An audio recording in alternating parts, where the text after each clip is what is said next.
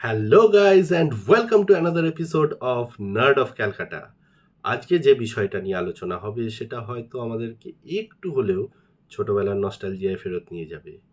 Mat রিভসের Batman আবার ফেরত আসতে চলেছে অ্যানিমেশনে ব্যাটম্যান দ্য কেপ্ট ক্রুসেডার রূপে। হ্যাঁ, সেই Matt Reeves, J Abrams and Bruce Timm, যারা কিন্তু আমাদেরকে উপহার দিয়েছিলেন ব্যাটম্যান দ্য অ্যানিমেটেড সিরিজ, তারপর সুপারম্যান, জাস্টিস লিগের মতো অসামান্য কার্টুনদের। হ্যাঁ, ডেভিড কনরয়কে এখানে মিস করব, কিন্তু এখানে ব্যাটম্যানের ভয়েস দিয়েছে হ্যামিস ক্লিংলেটার, যে কিন্তু ব্যাটম্যানের আর্লি স্টেজের একটা ফিল দেবে। হ্যাঁ, শুরুতেই বলে রাখি আমরা কিন্তু এখানে কোনো ট্রেলার ব্রেকডাউন করছি না। So let's discuss about Batman the caped crusader. Amazon প্রাইমে কিন্তু 1 আগস্ট রিলিজ হতে চলেছে ব্যাটম্যান দ্য কেপ্ট ক্রুসেডার।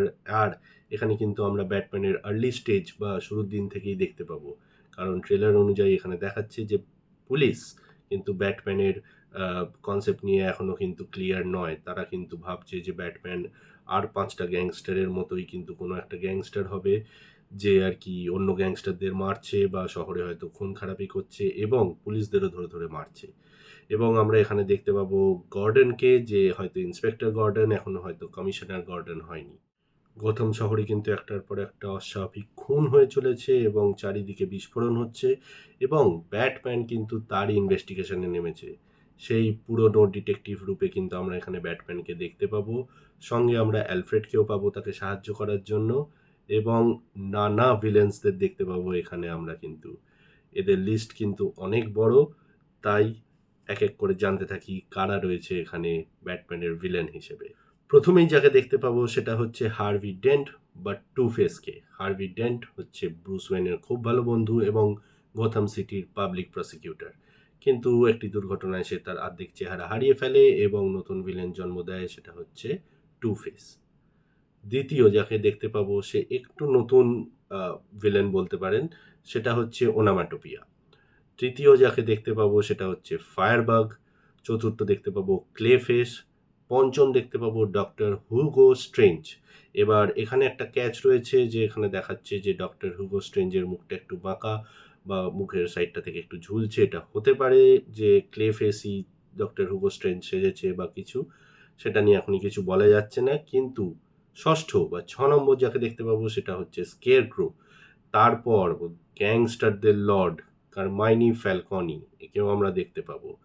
তারপর আমরা দেখতে পাবো পেঙ্গুইন, এবং তারপরে দেখতে পাবো অবশ্যই ক্যাটউম্যানকে। এখানে ক্যাটউম্যানকে ভিলেন বলাটা চলে না, কারণ অনেক সময় ক্যাটউম্যান ডাবল এজেন্টের মতো কাজ করে, ব্যাটম্যানকে অনেক জায়গায় হেল্প করেছে। এবং এবং এবং লাস্টে যাকে আমরা দেখতে পাচ্ছি সেটা হচ্ছে হার্লি কুইন। হার্লি কুইন কিন্তু এখানে কোনো রকম জোকারের কিন্তু কোনো মেনশন করছে না। তাহলে কি আমরা জোকারকে দেখতে পাবো এই সিরিজে? জানি না, আপনারা জানলে নিচে কমেন্ট করে অবশ্যই জানাবেন। যদি আমরা জোকারকে নাও দেখতে পাই এই সিরিজে, তাহলে কি খুব অসুবিধে হবে? আমার মনে হয় না, কারণ ডিসি রিলিজ করে দিয়েছে জোকার ফলিয়ে ডু এর নতুন trailer.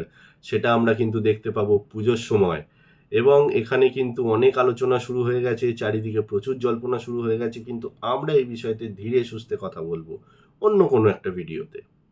Well, that being said, let's relive our childhood with Batman the Caped Crusader. আর তোমরা নতুন কি ভিডিও আমাদের এই চ্যানেলে দেখতে চাও প্লিজ কমেন্ট করে জানিও। ততদিনের জন্য বাই।